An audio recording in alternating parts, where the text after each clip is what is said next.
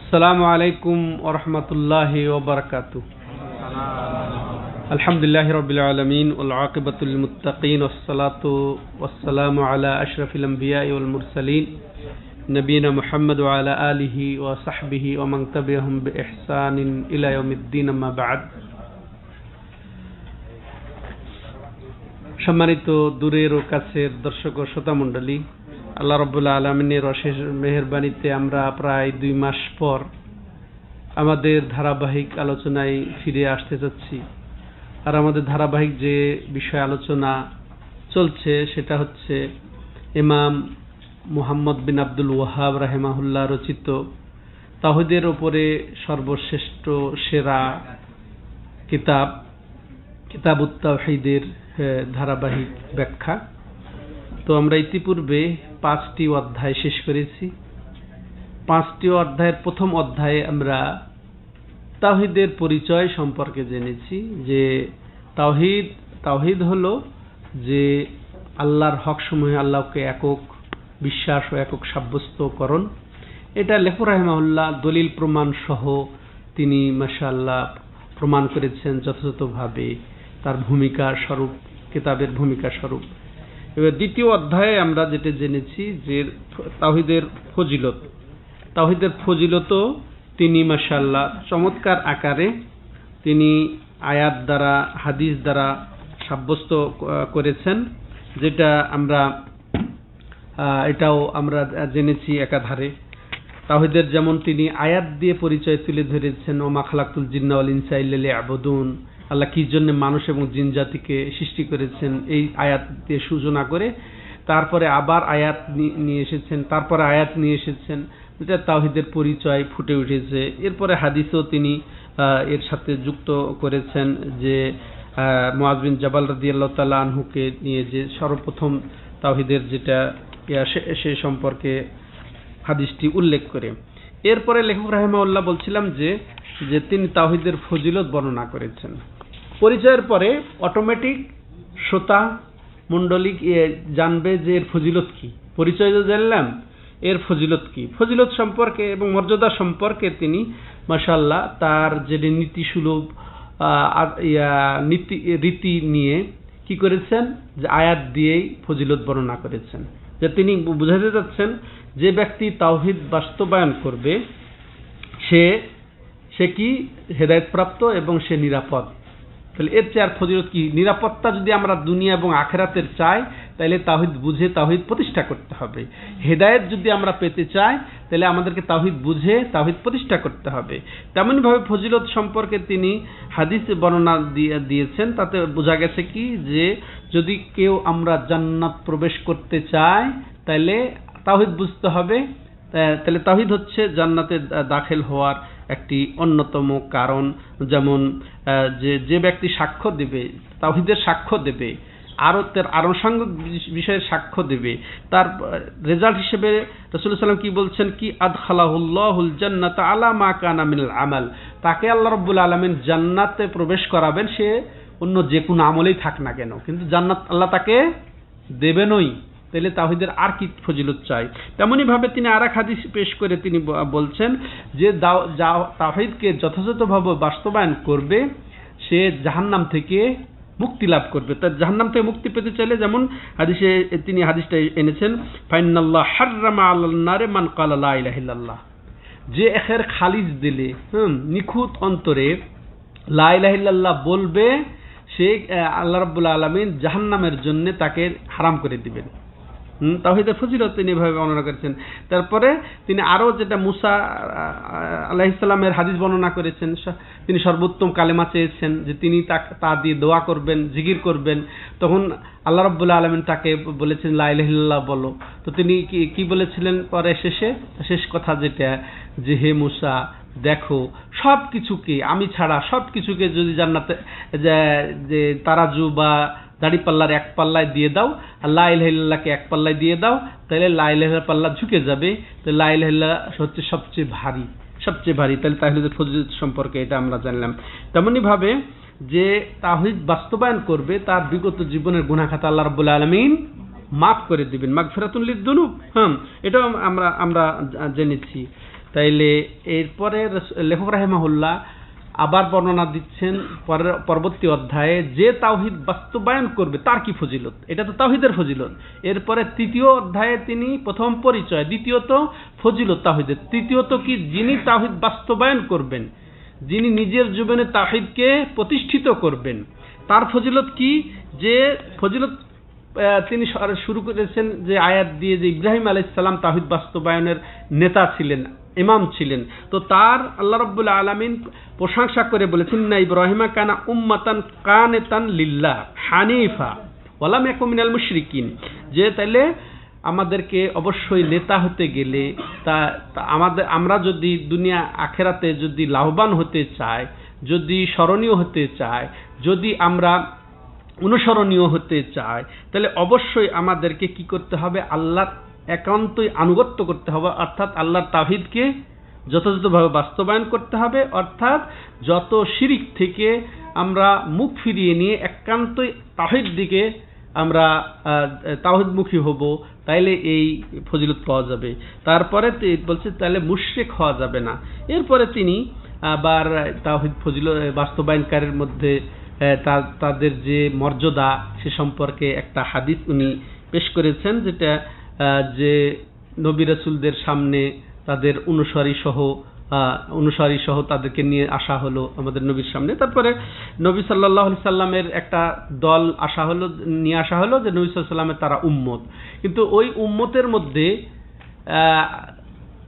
এটা রাসূলুল্লাহ সাল্লাল্লাহু আলাইহি সাল্লামকে দেখানো হয়েছে যে তারা এমন একটি দল হবে যে তারা কি করবে, যে মান হাক্কাকাত তাওহীদ দাখালাল জান্নাহ বিগাইরি হিসাব ওয়ালা আযাব। যে ব্যক্তি তাওহীদকে যথাযথভাবে বাস্তবায়ন করবে তার জীবনে, তো সে বিনা হিসাবে বিনা আযাবে জান্নাতে যাবে। তাহলে তাওহীদ প্রতিষ্ঠাকারীর এটাই ফজিলত নিয়ে যদি আমরা ফিরে যাই, যে যদি আমরা যথাযথভাবে তাওহীদকে শিখে বুঝে জেনে নিজের জীবনে যথাযথ বাস্তবায়ন করি, তাহলে বিনা হিসাব বিনা আযাবে জান্নাতে যাওয়া যাবে। যেটা রাসূলুল্লাহ সাল্লাল্লাহু আলাইহি ওয়াসাল্লাম সুসংবাদ দিয়েছেন যে ৭০,০০০ তারা বিনা হিসাবে বিনা আযাবে জান্নাতে যাবেন। আল্লাহ যেন তাদের অন্তর্ভুক্ত আমাদেরকে করেন। এরপরে লেখক রাহিমাহুল্লাহ ৪র্থ অধ্যায়ে শিরকের ভয়াবহতা, শিরক সম্পর্কে সতর্ক করেছেন, যে শিরকের গুনাহকে আল্লাহ রাব্বুল আলামিন মাফ করবেন না, এছাড়া অন্য কোনো গুনাহ থাকলে আল্লাহ রাব্বুল আলামিন চাইলে মাফ করে দেবেন। তেমনি ভাবে ইব্রাহিম আলাইহিস সালামের দোয়া তিনি উল্লেখ করেছেন যে এর ভয়াবহতা, ওয়াজনুবনি ওয়া বানিয়া না'বুদাল আসনাম।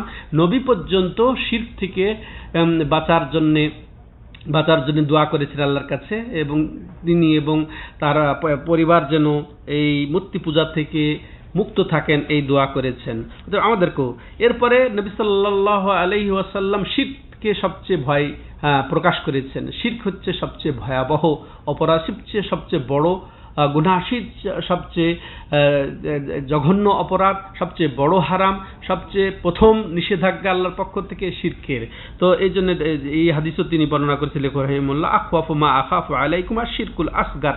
দেখেন ছোট শিরক থেকে রাসূলুল্লাহ সাল্লাল্লাহু আলাইহি ওয়াসাল্লাম সবচেয়ে বেশি আতঙ্ক প্রকাশ করেছেন, আশঙ্কা প্রকাশ করেছেন। ছোট শিরক, তাহলে বড় শিরক তাহলে আরো কত আমাদেরকে বাঁচতে হবে। বড় শিরক কি জানি, যে আল্লাহর হক সমূহের কোনো হকে, যেমন দোয়া প্রার্থনা, এটা আল্লাহর একান্ত হক, আশা ভরসা একান্ত আল্লাহর হক, আবেদন নিবেদন আল্লাহর হক, বা বিপদ আপদ থেকে মুক্তি কামনা একমাত্র আল্লাহর হক, আশ্রয় প্রশ্রয় চাওয়া, ফরিয়াদ করা একমাত্র আল্লাহর হক, তারপর আবেদন নিবেদন করা এটা আল্লাহর হক, জবাই পাওয়া একমাত্র আল্লাহর হক, ভয় মহাব্বত আল্লাহর হক। তো এগুলার যাবতীয়টা একান্তই আল্লাহর জন্য নিবেদন করা হচ্ছে আমাদের জন্য ফরজ। এছাড়া এইগুলার কোনো একটি দরগায় মাজারে গিয়ে কোনো অলির নাম দিয়ে এটা বড় শিরিক। তাহলে ওই শিরিক থেকে রাসূলুল্লাহ সাল্লাম কত ভয় প্রকাশ করেছেন, তাহলে বোঝাই যাচ্ছে যে ছোট শিরিক যেটা মানুষকে দেখিয়ে আমল করার জন্যে, শুনিয়ে আমল করার জন্যে, বা আল্লাহ ছাড়া অন্যের নামে কসম করে যে ছোট শিরিক হয়, এটাতে রাসূলুল্লাহ সাল্লাল্লাহু আলাইহি ওয়াসাল্লাম বেশি ভয় পেয়েছেন। বা ছোট শিরিক বলতে যেটা বিশেষ করে এখানে রিয়া, লোক দেখানো আমলে বেশি ভয় পেয়েছেন, তাহলে বড় শিরকের ব্যাপারে আরো কত ভয় পাওয়া উচিত আমাদেরকে, সম্মানিত দর্শক ও শ্রোতা মণ্ডলী। এরপরে তিনি যে ভয়াবহতা সম্পর্কে আরো হাদিস এনেছেন, যে মাম্মা তাহুয়া ইয়াদউ মিন দুনিল্লাহ নিদ্দান দাখালান নার। যে ব্যক্তি আল্লাহকে ছাড়া অন্যকে ডাকা অবস্থায়, যেমন কবরে মাজারে যে ইবাদতরত অবস্থায়, বা ওই বিশ্বাস, ওই অলি কেন্দ্রিক বিশ্বাস যে তিনি আমাকে বিপদ আপদ মুক্ত করবেন, তিনি আমাকে সন্তান দেবেন, তার কাছে আশা পোষণ, এগুলা যদি এই চিন্তা চেতনা, এই আকীদা বিশ্বাস রাখা অবস্থায় যদি মারা যায়, রাসূলুল্লাহ সাল্লাম কি ভয়াবহতা প্রকাশ করছেন যে অবশ্যই সে কোথায় যাবে? জাহান্নামে যাবে, নাউযুবিল্লাহ। এরপর আরেক হাদিসে দেখো রাহিমাহুল্লাহ এনেছেন, মাল্লাকি আল্লাহ লা ইউশরিক বিহি শাইআ দাখালাল জান্নাহ, যে ব্যক্তি এমন অবস্থায় আল্লাহর সাথে যে মিলিত হবে, অর্থাৎ মৃত্যুবরণ করবে, যে শিরক করবে না, সে কোথায় যাবে? জান্নাতে যাবে। তাহলে আমাদেরকে কত চিন্তা করা উচিত, পথ চলা উচিত যে কিভাবে তাওহীদের উপরে আমরা সুপ্রতিষ্ঠিত থাকতে পারি, কিভাবে শিরক থেকে আমরা বাঁচতে পারি। তো শিরকের ভয়াবহতা উল্লেখ করেছেন তিনি তার ৪র্থ অধ্যায়ে। এরপরে তিনি ৫ম অধ্যায়ে লা ইলাহা ইল্লাল্লাহ সাক্ষ্যের বাণীর প্রতি আহ্বান। অতএব আমরা কি বুঝলাম? তাওহীদের পরিচয় বুঝলাম, তাওহীদের ফজিলত বুঝলাম, যে তাওহীদ প্রতিষ্ঠা করবে তার ফজিলত বুঝলাম, এরপরে শিরকের ভয়াবহতা বুঝলাম, শিরককে চিনলাম। এরপরে তাহলে কি বসে থাকা উচিত হবে? না, তাহলে আমাদেরকে অবশ্যই এই কালেমা তাওহীদের দিকে মানুষকে আহ্বান করতে হবে, লা ইলাহা ইল্লাল্লাহ কালেমার দিকে আমাদেরকে আহ্বান করতে হবে। আর এই তরিকা নবী সাল্লাল্লাহু আলাইহি ওয়াসাল্লাম যেটা দিয়েছেন, ওই তরিকাও লেখক রাহিমাহুল্লাহ বর্ণনা করেছেন ৫ম অধ্যায়ে, কুল হাযিহি সাবিলি আদউ ইলাল্লাহি আলা বাসীরা, এই আয়াত তুলে ধরে। তো আমাদেরকে অবশ্যই রাসূল সাল্লাল্লাহু আলাইহি ওয়াসাল্লাম আল্লাহ প্রদত্ত, রাসূল প্রদর্শিত সেই পথেই তাওহীদের দিকে মানুষকে আহ্বান করতে হবে। সেই জ্ঞান সে অর্জন করে, সেই কোরআন এবং হাদিসের জ্ঞান সহ, এবং মাশাআল্লাহ যেটা আমাকে দলিল প্রমাণ সহ দিয়ে আমাকে ওই পথে ডাকতে হবে। তো সেই তাওহীদের দিকে দাওয়াতের বিষয়টা তিনি উল্লেখ করেছেন ৫ম অধ্যায়ে। এবার ৬ষ্ঠ অধ্যায়ে এটাই আজকে আমাদের আলোচ্য বিষয়, যে লা ইলাহা ইল্লাল্লাহ তাওহীদ এবং লা ইলাহা ইল্লাল্লাহ সাক্ষ্য বাণীর ব্যাখ্যা, তাফসীর কি। এখানে দুটো জিনিস, তাওহীদ আর একটা হচ্ছে কি লা ইলাহা ইল্লাল্লাহ। তাওহীদ লা ইলাহা ইল্লাল্লাহ একই জিনিস। তাওহীদ মানে কালেমাতুত তাওহীদ বলি আমরা, তাই না? লা ইলাহা ইল্লাল্লাহ। তো তাওহীদের ব্যাখ্যা কি? লা ইলাহার ব্যাখ্যা একটাই, যে ইবাদতসমূহের সব ইবাদতে আল্লাহকে একক বিশ্বাস, একক সাব্যস্তকরণ হচ্ছে, বা আল্লাহর হক সমূহে আল্লাহকে একক বিশ্বাস ও একক সাব্যস্ত করাই হচ্ছে তাওহীদ, তাই না? আর লা ইলাহা ইল্লাল্লাহর মর্মই হচ্ছে, মূল মর্ম হচ্ছে যে আগে অস্বীকার, তারপরে স্বীকার। অস্বীকার কি? আল্লাহ ছাড়া যত দুনিয়াতে আকাশের নিচে জমিনের উপরে বাতিল উপাস্য আছে, সবকে আগে অস্বীকার করতে হবে, সবার সাথে কুফরি করতে হবে, তাইলে আপনার সুসাব্যস্ত হবে যে আল্লাহর একত্ব। এটাই হচ্ছে আল্লাহর একত্ব, মানে আল্লাহর তাওহীদ। আর এটাই লা ইলাহা ইল্লাল্লাহর মর্ম। তো এবার তিনি শুরু করতে যাচ্ছেন, এই যে প্রথমে যেগুলা বললাম, এগুলার বলার পরে অতএব লা ইলাহা ইল্লাল্লাহর ব্যাখ্যা কি, তাহলে ব্যাখ্যা হলেই তো আমরা জানবো। সম্মানিত দর্শক ও শ্রোতা মণ্ডলী, আজকের যেটা অধ্যায়, এটা মূলত আমাদের কিতাবের যেটা মূল বিষয় সব শেষ হয়ে যাবে। তার কি? যে আমরা পরিচয় জেনেছি, তারপরে তাওহীদের ফজিলত জেনেছি, তাওহীদ প্রতিষ্ঠাকারীর ফজিলত জেনেছি, এরপরে আমরা শিরকের ভয়াবহতা জেনেছি, এরপরে এর গুরুত্ব জেনেছি যে তাওহীদের দিকে দাওয়াত দিতে হবে, ঠিক আছে? এরপরে লেখক রাহিমাহুল্লাহ তাওহীদের মূল ব্যাখ্যা আয়াত দিয়ে, হাদিস দিয়ে তুলে ধরবেন এই অধ্যায়ে। এইটা পুরা বই এই বিষয়, তাওহীদের ব্যাখ্যা, তাওহীদের তাফসীর, লা ইলাহা ইল্লাল্লাহর অর্থ মর্ম। যে এখানে পাবো আমরা যে তাওহীদ নষ্ট হয়ে যায়, অর্থাৎ শিরকের মাধ্যমে, কুফরির মাধ্যমে, এগুলার মূল বর্ণনা যাবে, যেটা তাওহীদকে একেবারেই নষ্ট করে দেয়, তাওহীদকে একেবারে শেষ করে দেয়, এটা পাবো। বা তাওহীদের কমতি ঘটাবে, অর্থাৎ বিদআত করে, অন্য গুনাহ করে, ছোট শিরক করে, ছোট কুফরি করে যে তাওহীদের ঘাটতি হবে, সেগুলো আমরা বাকি কিতাবে পাবো। বাকি অধ্যায়গুলা পর্যায়ক্রমে লেখক রাহিমাহুল্লাহ শুধু তাওহীদের ব্যাখ্যা, এগুলা এই তাওহীদ। তো সম্মানিত দর্শক শ্রোতা মণ্ডলী, আপনারা নিয়মিত আমাদের সাথে থাকবেন। তো আজকে আমরা শুরু করতে যাচ্ছি যে তাওহীদের ব্যাখ্যা কি, লা ইলাহা ইল্লাল্লাহর ব্যাখ্যা কি। তো এটা লেখক রাহিমাহুল্লাহ তার যেটা রীতি, তার যেটা সিস্টেম, পদ্ধতি, সেটা কি, যে তিনি তার এই শিরোনামকে সুসাব্যস্ত করেন কিসের মাধ্যমে? সরাসরি আল্লাহর কোরআনের আয়াতের মাধ্যমে। তারপরে ওই অনুপাতে হাদিস নিয়ে আসেন। এ মর্মে যদি সাহাবায়ে কেরামের যদি ব্যাখ্যা থাকে সেটা নিয়ে আসেন, তাহলে এর চেয়ে আর চমৎকার ব্যাখ্যা হতে পারে? এই জন্যে সমস্ত বিশ্বের ওলামায়ে তাওহীদ, হ্যাঁ, আহলুস সুন্নাহ ওয়াল জামাআহ, আহলুল হাদিস, সালাফে সালেহিন একমত যে এই কিতাবটা তাওহীদের সেরা কিতাব। এইভাবে তিনি যেভাবে সুন্দর করে সাজিয়েছেন। সম্মানিত দর্শক শ্রোতা, আসেন তাহলে আমরা বাবু তাফসির তাওহীদে ওয়া শাহাদাতি আল্লা ইলাহা ইল্লাল্লাহ, তিনি বলছেন এই অধ্যায় হচ্ছে তাওহীদের তাফসিরের এবং তার সাথে সাথে শাহাদাতে আল্লাহ ইলাহা ইল্লাল্লাহ, কালেমায়ে শাহাদাতের লা ইলাহা ইল্লাল্লাহর তাফসির। তো শুনেন সম্মানিত দর্শক, এটা প্রত্যেক মানুষের জন্য এটা জানা ফরজে আইন, যে তাওহীদ কি, লা ইলাহা ইল্লাল্লাহ আসল মর্ম তাৎপর্য কি, এটা নারী পুরুষ সাধারণ অসাধারণ আলেম সাধারণ সবাইকে এই ইলম অর্জন করা ফরজে আইন।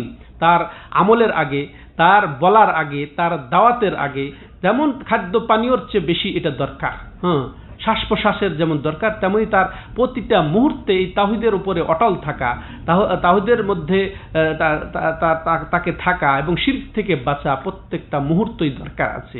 এক মুহূর্ত যদি সে তাওহীদ বিচ্ছিন্ন হয়ে যায়, শিরকের মধ্যে পতিত হয়, এমন অবস্থায় যদি মৃত্যু হয়, তার ওই শরীর দেশে কি করবে? অতএব সবচেয়ে গুরুত্বপূর্ণ দিয়ে তিনি দেখেন দলিল। এখন তাওহীদের ব্যাখ্যা তিনি নিজের মন গড়া দিয়ে বলছেন না, তো তিনি বলছেন কি, কাউলিল্লাহি তাআলা, আল্লাহ রাব্বুল আলামিনের উক্তি হচ্ছে এই তাওহীদ সম্পর্কে, উলাইকাল্লাযীনা ইয়াদউনা ইয়াবতাগুনা ইলা রাব্বিহিমুল ওয়াসিলা আইয়ুহুম আকরাবু ওয়া ইয়ারজুনা রাহমাতাহু ওয়া ইয়াখাফুনা আযাবাহু ইন্না আযাবা রাব্বিকা কানা মাহদুরা। সূরা বনী ইসরাঈলের 57 নম্বর আয়াতে আল্লাহ রাব্বুল আলামিন বলছেন কাদের কথা? উলাইকা, ওই কাফের মুশরিকদের কথা বলছেন, যে ওরা তারা ইয়াদউনা যারা তারা আহ্বান করতে থাকে, আর্তনাদ করে থাকে, যারা প্রার্থনা করে থাকে, যারা ডেকে থাকে, যারা দোয়া করতে থাকে, কাদেরকে? হুম, যে আল্লাহ ছাড়া অন্য কে, অর্থাৎ ফেরেশতাকে কেউ ডাকে নবীকে, কেউ ডাকে ওলিকে। ওরা ওই কাফেররা, ওই মুশরিকরা যারা ফেরেশতাকে ডাকুক আর নবীকে ডাকুক আর ওই যে সৎ বলে ওলি আউলিয়াকে ডাকুক, ওরা ডাকতে থাকে। অথচ আল্লাহ কি বলছেন? ইয়াবতাগুনা ইলা রাব্বিহিমুল ওয়াসিলা, যাদেরকে তারা ডাকে। এর জন্য আমরা ইতিপূর্বে জেনেছি যে 3টি মূলনীতি বইয়ে যে আল্লাহ রাব্বুল আলামিন এটা বরদাস্ত করেন না যে তার সাথে কাউকে সমকক্ষ স্থির করা হবে, তার সাথে অংশীদার পোষণ করা হবে। সর্বশ্রেষ্ঠ ফেরেশতা জিবরিলের সাথেই সেটা হোক না কেন, সর্বশ্রেষ্ঠ মানব মুহাম্মদ সাল্লাল্লাহু আলাইহি সাল্লামের সাথেই হোক না কেন, তার কোন ওলি আউলিয়ার সাথে এই সম্পৃক্ততা, তারপরে এই অংশীদারিত্বকে আল্লাহ বরদাস্ত করবেন? তাই আল্লাহ রাব্বুল আলামিন এখানে বলছেন যে এই কাফেররা তারা যাদেরকে ডাকে, অর্থাৎ ফেরেশতা হন, নবী হন, কোন ওলি হন, যাকেই ডাকুক না কেন, ওরাই তো ইয়াবতাগুনা ইলা রাব্বিহিমুল ওয়াসিলা, ওরাই তো আল্লাহর কাছে ওসিলা তলাশ করে। চিন্তা করেছে, যাদেরকে ওরা ডাকে, আহ্বান করে, যাদেরকে বিপদ আপদ মুক্তির জন্যে তাদের দিকে ধাবিত হয়, তাদের আশা করে, তাদের আকাঙ্ক্ষা করে, ওরাই তো তারা তাদের রবের কাছে ওসিলা তলাশ করে। ওসিলা কি? যে এমন আমল করে তারা, যে আমলের মাধ্যমে আল্লাহ তাদেরকে জান্নাত দান করবে, পরিত্রাণ দান করবেন, নাজাত দান করবেন। ওরা তাহলে তোমরা কেন তাদেরকে ডাকবে? আবার তোমরা যাদেরকে ডাকো ওরাই কিন্তু তাদের রবের কাছে তাদের মুক্তির ওসিলা তলাশ করে, জান্নাতে যাওয়ার ওসিলা তলাশ করে। যে এবং কি আইয়ুহুম আকরাবু, এবং তারা প্রতিযোগিতা করে যে তাদের মধ্যে কে আল্লাহ সবচেয়ে নৈকট্য অর্জন করতে পারে। প্রতিযোগিতা করে, আমলের প্রতিযোগিতা করে। তোমরা আমলের প্রতিযোগিতা করো। এটাকে কখনো আল্লাহ রাব্বুল আলামিন পার্থক্য করে দিয়েছেন যে পীর বুজুর্গরা, ওলি আউলিয়ারা এরা আল্লাহকে ডাকবে আর আমরা ওলি আউলিয়াকে ডাকবো? এরকম কোন আকাশের নিচে জমিনের উপরে আছে? এইরকম মধ্যস্থতা দাঁড় করানো এটা কুফরি, ওলামায়ে কেরামের ঐক্যমতে। তা আল্লাহ রাব্বুল আলামিনকে অপারগ সাব্যস্ত করা, ক্ষমতাহীন সাব্যস্ত করা। আমরা কি এই দুনিয়ার কাজী বা বিচারকের মতো মনে করেছি আল্লাহকে, যে আমার আগে পরের কিছু জানেন না, আমার ভিতরে খবর জানেন না, যে এর জন্য আমাকে উকিল ধরতে হবে?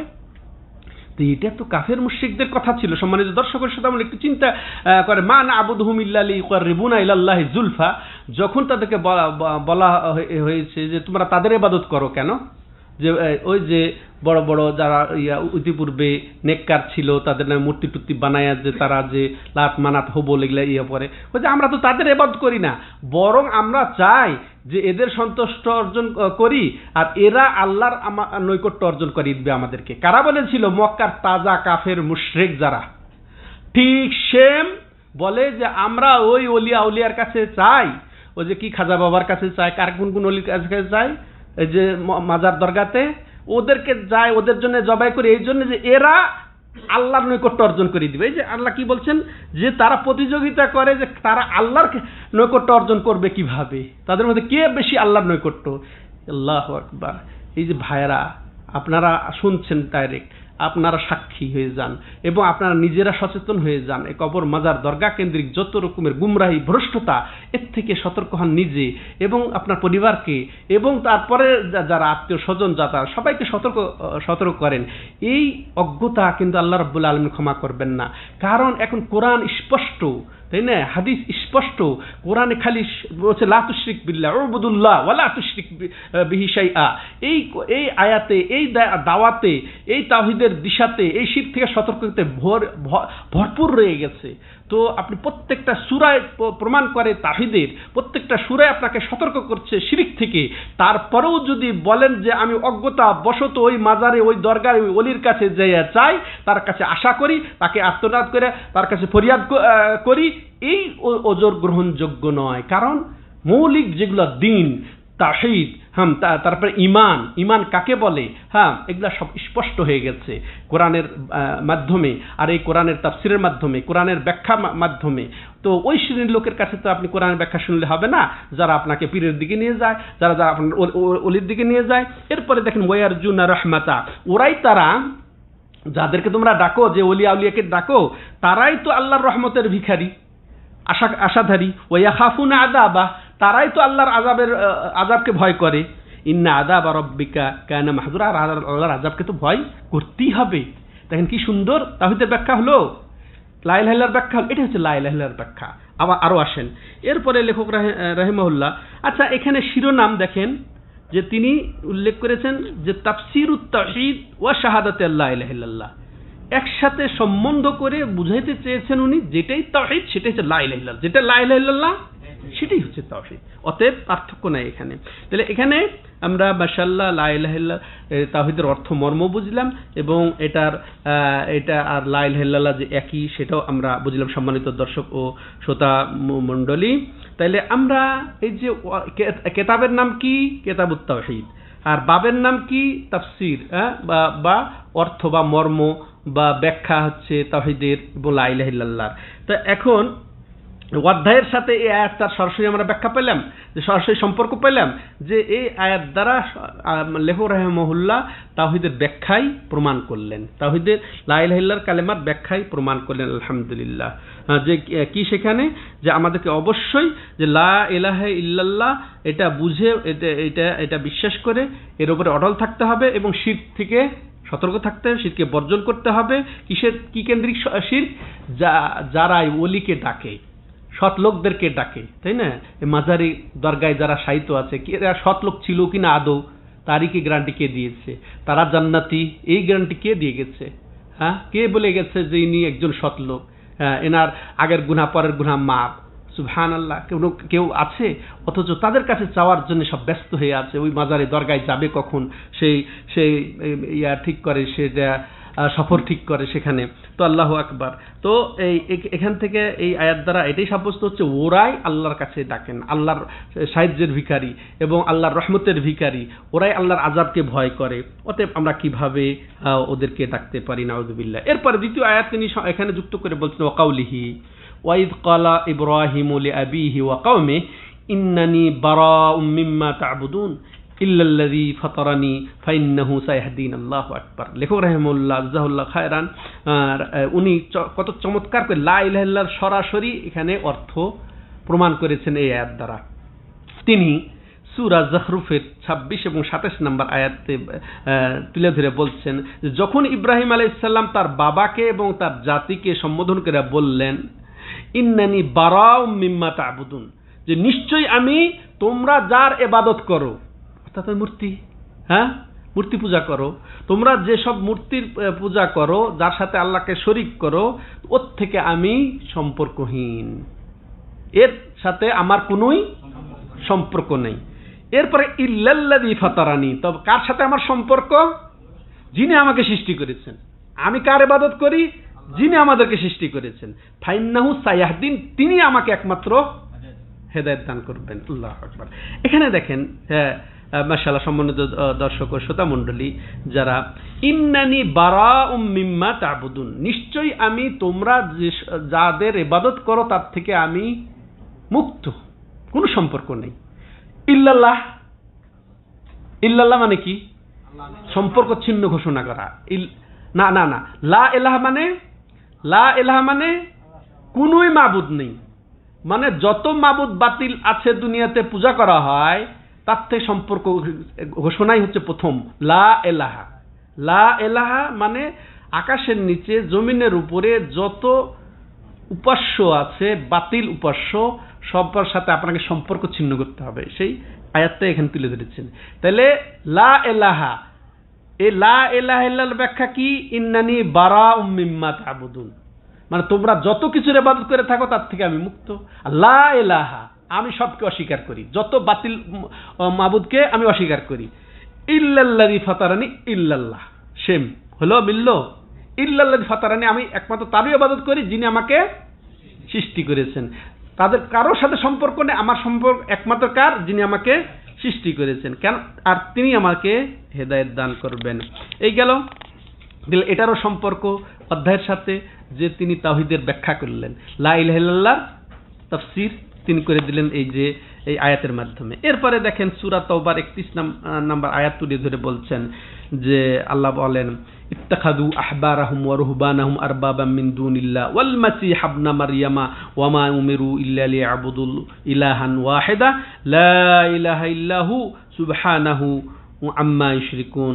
যে ইত্তাখাযু আহবারাহুম, এখানে আল্লাহ বলছেন যে ওই আহলে কিতাবরা, ইহুদি এবং খ্রিস্টানরা, মুশরিকরা তাদের আলেম ওলামাকে, তাদের ইমামদেরকে, হ্যাঁ পীর পুরোহিতদেরকে, ওয়া রুহবানাহুম, রুহবান বলা হয় যারা দরবেশ, ইবাদতে সবসময় মগ্ন, হ্যাঁ এদেরকে রব বানিয়ে নিয়েছে আল্লাহকে বাদ দিয়ে, এদেরকে শরীয়ত প্রণেতা বানিয়ে নিয়েছে, শরীয়ত প্রবর্তনকারী বানিয়ে নিয়েছে আল্লাহকে বাদ দিয়ে। আর কাকে? ওয়াল মাসিহা, এবং ঈসা মাসিকেও বানিয়ে নিয়েছে খ্রিস্টানরা, ঈসা ইবনে মারইয়ামকে। ওয়ামা আর তারা তো আদিষ্টই হয়েছে একমাত্র তার জন্য ইবাদতকে নিখুঁত করবে, খাঁটি ভাবে তারই ইবাদত করবে, খালিস দিলে তারই ইবাদত করবে, একমাত্র তাকেই একমাত্র মাবুদ হিসেবে গণ্য করবে। আর কি? লা ইলাহা ইল্লাহু, আর তিনি ছাড়া আর সত্য কোনো মাবুদ নেই। তাকে লা ইলাহা ইল্লাহর অর্থ হলো তিনি ছাড়া সত্য কোনো মাবুদ নেই, সুবহানাহু, এবং তিনি পুত পবিত্র যত রকমের দোষ ত্রুটি কমতি থেকে, আম্মা ইউশরিকুন, এবং তারা যেসব তার সাথে শিরক করে তার থেকে তিনি পুত পবিত্র। লা ইলাহা ইল্লাল্লাহর অর্থ। তারপরে তাওহীদের অর্থ এটাই সম্মানিত দর্শক ও শ্রোতা মণ্ডলী। তাইলে দেখেন এই আয়াতটা অত্যন্ত ভাবার বিষয়। একবার বন্দী হয়ে আদি বিন হাতেম রাসূলুল্লাহ সাল্লাল্লাহু আলাইহি সাল্লামের কাছে আসলেন, তাই না? এরপরে আদি বিন হাতেম রাসূলুল্লাহ সাল্লাল্লাহু আলাইহি সাল্লামের সামনে এই আয়াতটা শুনলেন যে ইত্তাখাযু আহবারাহুম ওয়া রুহবানাহুম আরবাবাম মিন দুনিল্লাহ, যে আহলে কিতাব ইহুদি খ্রিস্টানরা তাদের পীর পুরোহিত দরবেশ যারা এদেরকে মাবুদ বানিয়ে নেয়, রব বানিয়ে নেয় আল্লাহকে বাদ দিয়ে। তখন উনি প্রতিবাদ করলেন বা অস্বীকার করলেন। কে? আদি বিন হাতেম তাই, দাতা হাতেম তাই নাম শুনেছেন না? তারই ছেলে আদি। তো উনি বলছেন যে না, ইন্নাহুম লাম ইয়াবুদুহুম, তারা তো তাদের ইবাদত করে না। ঠিক আজকালকার যারা কবর পূজারী, যার দরগা, আমরা তো তাদের ইবাদত করি না, এটাই বলে কি না? ওই আদি বিন হাতেম মুশরিক থাকা অবস্থা, তিনি আবার পরে মাশাআল্লাহ ইসলাম গ্রহণ করে সৌভাগ্যবান হয়ে সাহাবী হয়েছেন। তো উনি ওই ঠিক সেম জবাব দিয়েছেন। তখন বলছে আমরা তো তাদের ইবাদত করি না, তারা তো তাদের। ফাকাল রাসূলুল্লাহ সাল্লাল্লাহু আলাইহি ওয়াসাল্লাম বালা ইন্নাহুম হাররামু আলাইহিমুল হালাল ওয়া হাল্লালু লাহুমুল হারাম ফাত্তাবাউহুম ফাযালিকা ইবাদাতুহুম ইয়াহুম।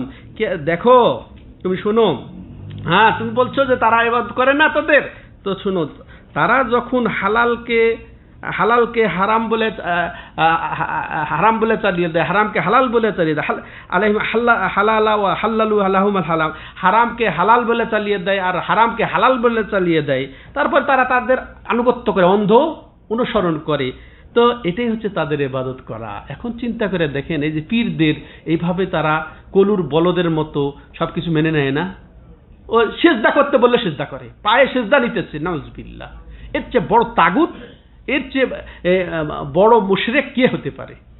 আমাদের মুসলমান নাম দিয়ে এগুলা। হ্যাঁ, তো এগুলা তখনকার কথা, কাফের মুশরিকদের সাথে কথা এগুলা। ঠিক আমাদের নামধারী মুসলিম। এই জন্যে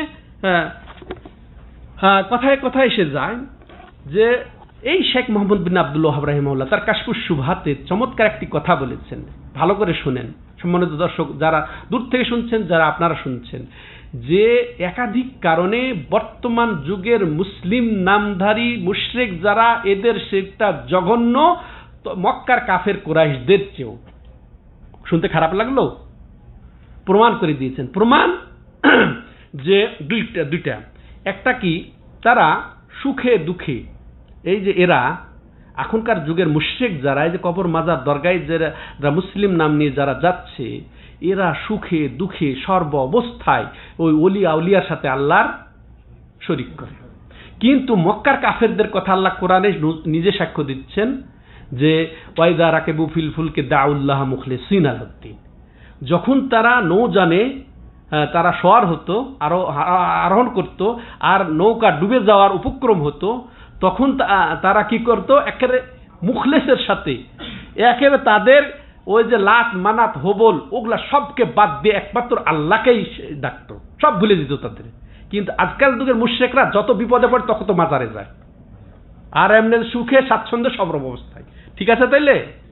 হ্যাঁ, দলিল উনি দিয়ে বলছেন। এরপরে আবার বলছেন কি, আগের যুগের কাফের মুশরিকরা ওরা পাথরের মূর্তি, হ্যাঁ, গাছ, এগুলাকে শরীক করতো আল্লাহর সাথে, হ্যাঁ, ফেরেশতার সাথে শরীক করতো আল্লাহকে। কিন্তু আজকালকার এই যে যারা এই যে মুশরিক, এরা ওই মাজারে দরগায় কারা ওগুলা আহ্বান করে? এরা নিজে মুশরিক, এরা নিজে গাঁজাখোর, এরা নিজে সন্ন্যাসীর মতো।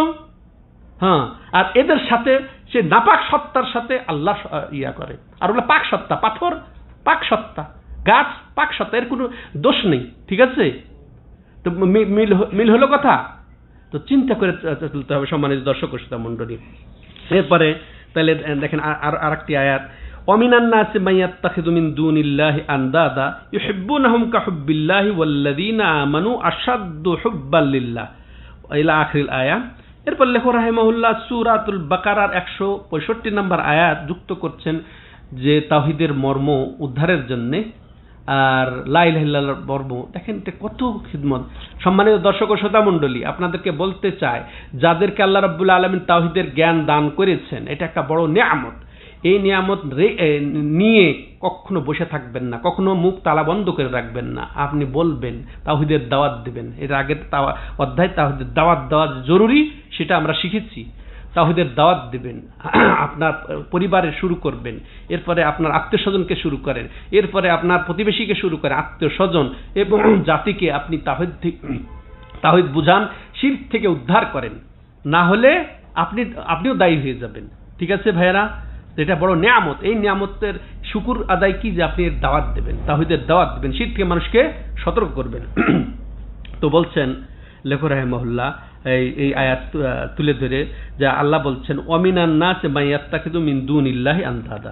মানুষের মধ্যে আবার দেখা যায় অনেকে কি করে, যারা কি করে আল্লাহকে বাদ দিয়ে তারা অন্যকে আল্লাহর সমকক্ষ দাঁড় করায়।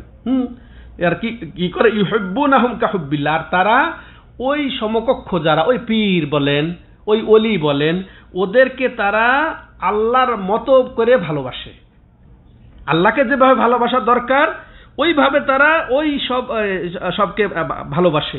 হ্যাঁ, তো মানে ওই যে পীররা, ওই অলির সব কিছু যা আল্লাহ রাব্বুল আলামিন মহব্বত, যেটা অন্তরের জিনিস, এটা ইবাদত, আর আল্লাহ রাব্বুল আলামিন আমাদেরকে বলেছেন যে তাকেই যেন আমরা ভালোবাসি, তাকেই যেন ভয় করি। কিন্তু এই ঠিক এরা ওইভাবেই ভয় করে যেভাবে আল্লাহকে ভয় করা উচিত, ওইভাবে তাদেরকে মহব্বত করে যেভাবে আল্লাহকে মহব্বত করা উচিত। আর আল্লাহ বলছেন যে মুমিন যে তার এটা না হয় কি ওয়াল্লাযীনা আমানু আশাদ্দু হুব্বাল লিল্লাহ, মূলত যারা মুমিন হবে তারা আল্লাহকেই সবচেয়ে বেশি ভালোবাসে, কঠিনভাবে তারা ভালোবাসে। ওয়ালাউ ইলা আখিরিল আয়া। তো এরপরে আমরা শেষে একটি হাদিস দেখেন, লেখক রাহিমাহুল্লাহ আয়াতই পেশ করলেন কতগুলা, তাই না? নিজের একটা মন্তব্য কিন্তু পেশ করেন নাই। তারপরও এই লেখককে কত ভাবে তাকে উপহাস, কত তাকে গালি গালাজ কুফরি পর্যন্ত তোকমা দেওয়া হয়েছে জানেন তো আপনারা। আলেম ওলামা কেন্দ্রিক, না বুঝে না জেনে তারা যদি এই কিতাবুত তাওহীদ পড়ে তাহলে তাদের এই বিভ্রান্তিটা, তাদের এই গুমরাহিটা দূর হয়ে যাবে। নিজে একটা কিছু কথা বলেছেন এখন পর্যন্ত দেখলেন, তার সম্পূর্ণ এগুলা কথা। আমি যেগুলা বলছি আয়াতের ব্যাখ্যা বলছি, ওনার কোনো বক্তব্য আপনাদেরকে একটা শব্দ বলি নাই, শুধু তিনি শিরোনাম বসিয়েছেন, হ্যাঁ, যে এটা হচ্ছে তাওহীদের ব্যাখ্যা, তাওহীদের তাফসীর এবং লা ইলাহা ইল্লাল্লাহর তাফসীর। এরপরে তিনি শুধু আয়াত আর আয়াত পেশ করে লাস্টে তিনি অফিস সাহি, তিনি বলছেন অফিস সাহি অর্থাৎ সহিহ মুসলিমের হাদিস তিনি বলছেন আনিন নবী সাল্লাল্লাহু আলাইহি ওয়াসাল্লাম قال মান ক্বালা লা ইলাহা ইল্লাল্লাহ ওয়া কাফারা বিমা ইউবাদু মিন দুনিল্লাহ হারামা মালুহু ওয়া দামুহু ওয়া হিসাবুহু আলাল্লাহ। এই বলে তিনি এই হাদিস শেষ করলেন। তো তিনি বলছেন যে মুসলিম শরীফে আছে যে নবী সাল্লাল্লাহু আলাইহি সাল্লাম থেকে যে তিনি বলেন, কে রাসূল সাল্লাল্লাহু আলাইহি সাল্লাম বলেন কি, মান ক্বালা লা ইলাহা ইল্লাল্লাহ, আল্লাহু আকবার, যে বলবে লা ইলাহা ইল্লাল্লাহ, ওয়া কাফারা বিমা ইউবাদু মিন দুনিল্লাহ, আল্লাহকে ছাড়া যা কিছুর ইবাদত এই দুনিয়াতে হয় সবার সাথে যে কুফরি করবে, লা ইলাহা ইল্লাল্লাহ অর্থ হচ্ছে লা ইলাহা ইল্লাল্লাহর অর্থ কি বলছি আমি বারবার, যে আল্লাহ ছাড়া যত বাতিল উপাস্যকে অস্বীকার করা। আর এই হাদিসে কি বলছে, মান ক্বালা লা ইলাহা ইল্লাল্লাহ, যে বলবে লা ইলাহা ইল্লাল্লাহ, ওয়া কাফারা বিমা ইউবাদু মিন দুনিল্লাহ, আল্লাহকে বাদ দিয়ে যা কিছুর ইবাদত করা হয় তার সাথে যে কুফরি করবে, হারামা মালুহু ওয়া দামুহু, তার মাল এবং রক্ত হারাম হয়ে গেল, তার মাল এবং রক্ত হারাম হয়ে গেল। হিসাবুহু আলাল্লাহ, যে শুধু মুখ দিয়া বলবে লা ইলাহা ইল্লাল্লাহ। এটা একটা আছে, ওসামা বিন যায়েদ রাদিয়াল্লাহু তাআলা আনহু একজনকে মারতে গেছে আর লা ইলাহা ইল্লাল্লাহ বলেছে, হ্যাঁ লা ইলাহা ইল্লাল্লাহ বলে আশহাদু আল্লা ইলাহা ইল্লাল্লাহ বলেছে, তো তারপরে তাকে হত্যা করেছেন। আল্লাহু আকবার। এরপরে রাসূলুল্লাহ সাল্লাল্লাহু আলাইহি ওয়াসাল্লাম খবর আসলো, তখন রাসূলুল্লাহ সাল্লাল্লাহু আলাইহি ওয়াসাল্লাম তাকে দোষী সাব্যস্ত করলেন যেন, তখন বললেন যে আমার ভয়, আমার তরবারির ভয় তো লা ইলাহা ইল্লাল্লাহ বলেছে। হাল শাকাক্তা কালবাহু, হাল্লা শাকাক্তা কালবাহু, তুমি কি তার দেলটা ফেড়ে দেখেছিলে? তুমি তার দেলটা ফেড়ে দেখো নাই কেন? চিন্তা করেছেন যে আপনার সামনে আশহাদু লা ইলাহা ইল্লাল্লাহ বলবে, খবরদার তাকে কাফের তোকমা লাগাবেন না। হ্যাঁ, ওয়া হিসাবু, তার এটা মুসলিম শরীফের হাদিস। আল্লাহ কি বলছে, ওয়া হিসাবু আলাল্লাহ, আল্লাহর তার হিসাব ছেড়ে দেন। লা ইলাহা ইল্লাল্লাহ বলেছে, সে নামাজ পড়ে, হ্যাঁ, সে কি করে না করে ওগুলো আপনার দেখার বিষয় নেই, কারণ আপনি প্রকাশ্যে যে দেখছেন সে মুসলিম, আশহাদু লা ইলাহা ইল্লাল্লাহ যেহেতু সাক্ষ্য দিয়েছে, বাস ছেড়ে দেন তাকে, তার হিসাব আল্লাহ নেবে। ভিতরে কি আছে না আছে, আপনার চোখের আড়ালে কি করে না করে, ওটা আপনি তলিয়ে দেখতে যান না, ঠিক আছে? হ্যাঁ, তো বলছেন যে ব্যক্তি লা ইলাহা ইল্লাল্লাহ বলবে এবং আল্লাহ ছাড়া যত কিছুর ইবাদত আকাশের নিচে জমিনের উপর হয় সেগুলোর সাথে কুফরি করবে, তার জান মাল হারাম হয়ে গেল, আর তার হিসাবটা আল্লাহই নেবেন। বলছিলাম না যে এই পর্যন্ত হচ্ছে তাওহীদের সব কিছু শেষ। এখন এরপর যত আসবে সব তাওহীদের ব্যাখ্যা। হ্যাঁ, এরপরে অধ্যায় কি হবে জানেন, যে মিনা শিরকে লুবসুল হালাকা ওয়াল খাইত ওয়া নাহবিহিমা লিরাফিল বালাই ওয়া দাফইহি। এরপরে অধ্যায় কি হবে, যে এই যে বালা সুতা, এই যে তাবিজ কবজ এগুলো সব আসবে। মানে বালা মুসিবত দূর করার জন্য এই যে বালা পরা সুতা পরা, এটা শিরকের অন্তর্ভুক্ত। এই অধ্যায় আসবে সামনে। তা এটা সব কি তাওহীদের ব্যাখ্যা, এগুলো সব তাওহীদের ব্যাখ্যা। এগুলো যারা করবে, এই বালা পরবে, হ্যাঁ, পিতলের বালা পরে অনেকে, লোহার বালা পরে অনেকে, তারপরে এই যে সুতা পরে, এখানে পরে এখানে পরে, এগুলা এটা যে শিরকের অন্তর্ভুক্ত। যারা করে কি জন্য করে, বালা মুসিবত দূর করার জন্য, এগুলা শিরকের অন্তর্ভুক্ত। এরকম প্রত্যেকটা অধ্যায় আসবে, এরকম প্রত্যেকটা অধ্যায় আসবে। এই যে মা যা ফি যাবহি লিগাইরিল্লাহ, আল্লাহ ছাড়া অন্যের নামে জবাই করা যা সম্পর্কে যা আসবে, এটা সব কি তাওহীদের ব্যাখ্যা। এটা হচ্ছে লা ইলাহা ইল্লাল্লাহর ব্যাখ্যা। চিন্তা করেছেন? তো এই দিয়ে পুরা কিতাব শেষ হয়ে যাবে। তাহলে আল্লাহ রাব্বুল আলামিনের কাছে দোয়া, আল্লাহ রাব্বুল আলামিন যেন আমাদেরকে পুরাপুরি তাওহীদ বুঝে জেনে নিজের জীবনে, পরিবারে এবং সমাজে এটা বাস্তবায়ন করার তৌফিক দান করেন, এবং এর বিপরীত শিরক থেকে আল্লাহ রাব্বুল আলামিন আমাদেরকে সার্বিকভাবে হেফাজত করেন। হ্যাঁ, এবং আমাদের পরিবারকে আল্লাহ যেন হেফাজত করেন, আমাদের আত্মীয়স্বজনকে হেফাজত করেন, আমাদের দ্বারা আল্লাহ সমাজকেও যেন হেফাজত করেন। আল্লাহুম্মা ইন্নী আসআলুকা আল্লাহুম্মা ইন্নী আউযু বিকা আন উশরিকা বিকা ওয়া আনা আ'লাম ওয়া আস্তাগফিরুকা লিমা লা আ'লাম। তো এটা দোয়া করা দরকার শিরক থেকে যেন আল্লাহ আমাদেরকে হেফাজত করেন। আল্লাহ রাব্বুল আলামিন সমস্ত মুমিন মুসলমানদেরকে হেফাজত করেন, আল্লাহ আমাদেরকে সার্বিকভাবে ক্ষমা করে দেন, সুস্থতা দান করেন। হাদা হুয়া সাল্লাল্লাহু আলা নবিনা মুহাম্মদ ওয়া আলা আলিহি ওয়া সাহবিহি আজমাইন। সুবহানাকাল্লাহুম্মা ওয়া বিহামদিকা আশহাদু আল্লা ইলাহা ইল্লা আনতা আস্তাগফিরুকা ওয়া আতুবু ইলাইক। কারো কোন